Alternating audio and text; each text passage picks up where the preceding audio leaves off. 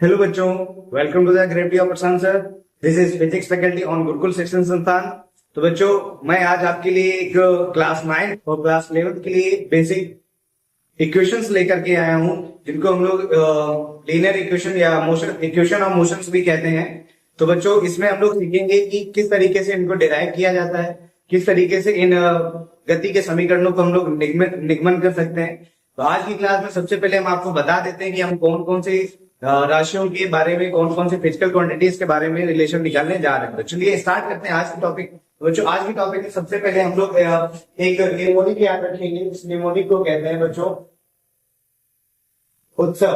क्या कहते हैं? उत्सव। उत्सव मतलब यू जो होता है बच्चों, यू हमारा बच्चों इनिशियल वेलोसिटी होती है। इनिशियल वेलोसिटी मतलब प्रारंभिक वेग। यू हमारा जो है बच्चों प्रारंभिक वेग होता है। टी हमारा बच्चों टाइम होता है। टी बच्चों टाइम के लिए यूज करते हैं। बच्चों एस जो यूज होता है डिस्टेंस के लिए यूज होता है। डिस्टेंस यानी कि दूरी के लिए बच्चों। ए यहाँ पर बच्चों एक्सीलरेशन के लिए यूज होता है। एक्सीलरेशन मतलब कि त्वरण। एक्सीलरेशन यानी कि त्वरण के लिए यूज करते हैं। और बच्चों वी जो है हमारे पास फाइनल वेलोसिटी के लिए यूज होता है, जिसको हम लोग बच्चों कहते हैं अंतिम वेग। क्या कहते हैं बच्चों? अंतिम वेग। तो इन इक्वेशंस को कैसे डिराइव करते हैं, इसको सबसे पहले समझ लेते हैं। सबसे पहली इक्वेशन जो हमारी होती है वो होती है v equals to u plus का एटी है। तो इस इक्वेशन को डिराइव करने के लिए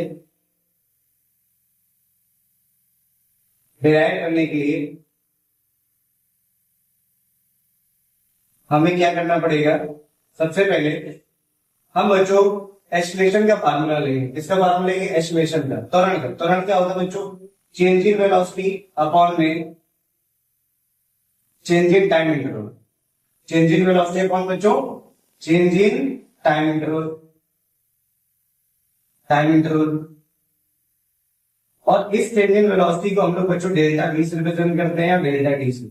चेंज इन वेलोसिटी मतलब है वेग परिवर्तन। क्या बच्चों? मतलब वेग परिवर्तन बटे में बच्चों समय परिवर्तन। समय परिवर्तन टाइम इंटरवल। और इस चेंज इन वेलोसिटी को हम लोग बच्चों डेल्टा टी से रिप्रेजेंट करते हैं, या डेल्टा टी से। चेंज इन वेलोसिटी मतलब है वेग परिवर्तन। क्या बच्चों? मतलब वेग परिवर्तन बटे में बच्चों समय परिवर्तन। समय परिवर्तन। चेंज इन वेलोसिटी में सबसे पहले हम लोग v फाइनल लिखते हैं, फिर माइनस v इनिशियल अपॉन में time interval t2 minus t1। इसको हम लोग t से रिप्रेजेंट करेंगे। किसे रिप्रेजेंट करें? v फाइनल वेलोसिटी यानी अंतिम वेग हमारे पास क्या है? v है। प्रारंभिक वेग यानी इनिशियल वेलोसिटी हमारे पास u थी, अपॉन में क्या लिख देंगे बच्चों? t लिख देंगे। ठीक है, इधर मल्टीप्लाई कर देंगे, v माइनस u आ जाएगा, और u को इधर भेजेंगे बच्चों u plus at equal to v आ जाएगा। तो हमारे यहाँ से फर्स्ट इक्वेशन मिल जाएगी, जो कि होती है हमारे पास v equal to u plus at. That is the first equation of motion. इसको हम लोग गति का पहला समीकरण भी कहते हैं। अब बच्चों जब सेकंड इक्वेशन ऑफ मोशन निकालते हैं, तो सेकंड इक्वेशन ऑफ मोशन निकालने के लिए क्या करते हैं? क्या करेंगे बच्चों? सेकंड इक्वेशन ऑफ मोशन, गति का दूसरा समीकरण निकालने के लिए क्या करेंगे? इक्वेशन ऑफ मोशन तो समझ लेते हैं पहले होती क्या है। ये होती है बच्चों s equal to ut plus half at square. क्या होती है बच्चों?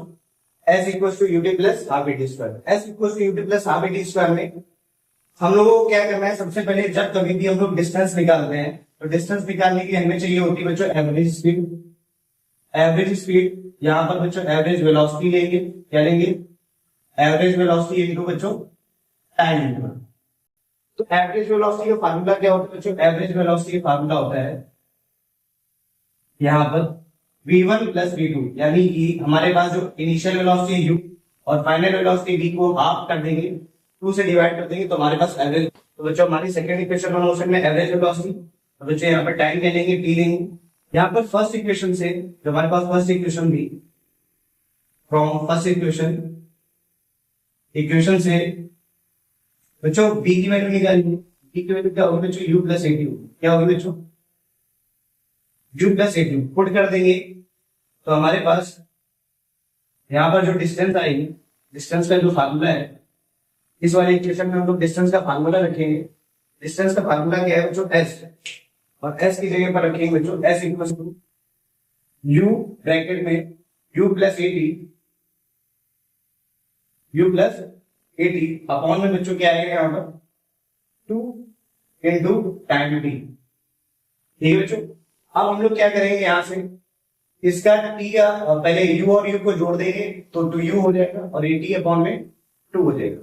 इस टी का अंदर इंटू करा देंगे बच्चों तो 2ut हो जाएगा प्लस एटी स्क्वायर अपॉन में क्या होगा बच्चों 2। इस 2 का सेपरेट डिवाइड कर देंगे, 2 को अलग अलग डिवाइड कर देंगे बच्चों। जब 2 का अलग अलग डिवाइड करेंगे तो 2 से 2 क्या हो जाएगा, कैंसिल आउट हो जाएगा। तो हमारे पास वैल्यू आएगी s equals to ut plus का हाफ एटी स्क्वायर। तो ये बच्चों हमारे पास सेकंड इक्वेशन ऑफ मोशन होगी। इसको बच्चों सेकंड इक्वेशन ऑफ मोशन कहते हैं। क्या कहते हैं बच्चों, सेकंड इक्वेशन ऑफ मोशन कहेंगे। अब बात करते हैं बच्चों अपने पास नेक्स्ट इक्वेशन ऑफ मोशन की। तो इसमें बच्चों थर्ड इक्वेशन ऑफ मोशन क्या होती है, हमको बच्चों पता है v square equals u square plus का 2as। अब इसको सॉल्व करने के लिए हम लोग फिर से यही बेसिक फार्मूला उठाएंगे, distance equals to average velocity upon time. तो डिस्टेंस इक्वल्स टू क्या होता है बच्चों, average velocity into time. Distance मतलब की बच्चों दूरी, एवरेज वेलोसिटी मतलब औसत, वेग इनटू समय। तो बच्चों ऐसे इक्वल्स टू क्या आएगा, एवरेज वेलोसिटी u प्लस का v अपॉन में 2 और टाइम हमारे पास t है। बच्चों टाइम जो है t को फर्स्ट इक्वेशन से ले लेंगे।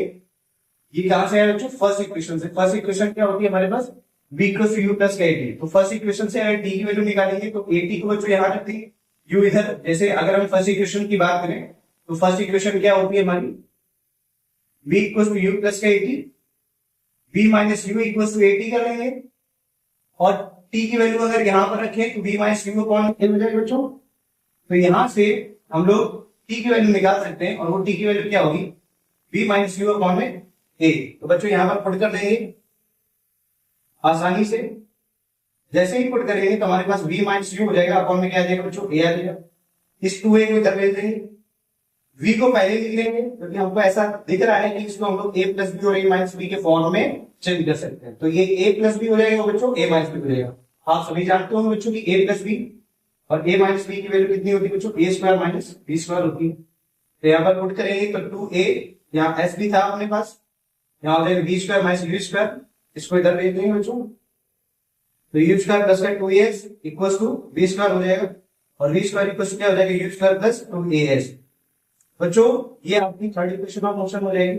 थर्ड इक्वेशन ऑफ मोशन ये ना ही बच्चों केवल 9th के लिए बल्कि ये 11th और मोर देन कॉम्पिटिटिव एग्जाम्स में ये इक्वेशंस आपके पूछी जाती है। डेरिवेशन तो नहीं बट इससे ढेरों न्यूमेरिकल्स बनते हैं। 11th कॉम्पिटिटिव एग्जाम्स 9th के लिए बच्चों बहुत आती है। तो अगर आप भी बच्चों ऐसी वीडियोस और देखना चाहते हैं तो हमारे चैनल को सब्सक्राइब करें, लाइक करें, कमेंट करें, शेयर करें और अगली वीडियो में आप किस टॉपिक से रिलेटेड कंटेंट चाहते हैं इसको कमेंट करके जरूर बताएं। थैंक यू सो मच बच्चों।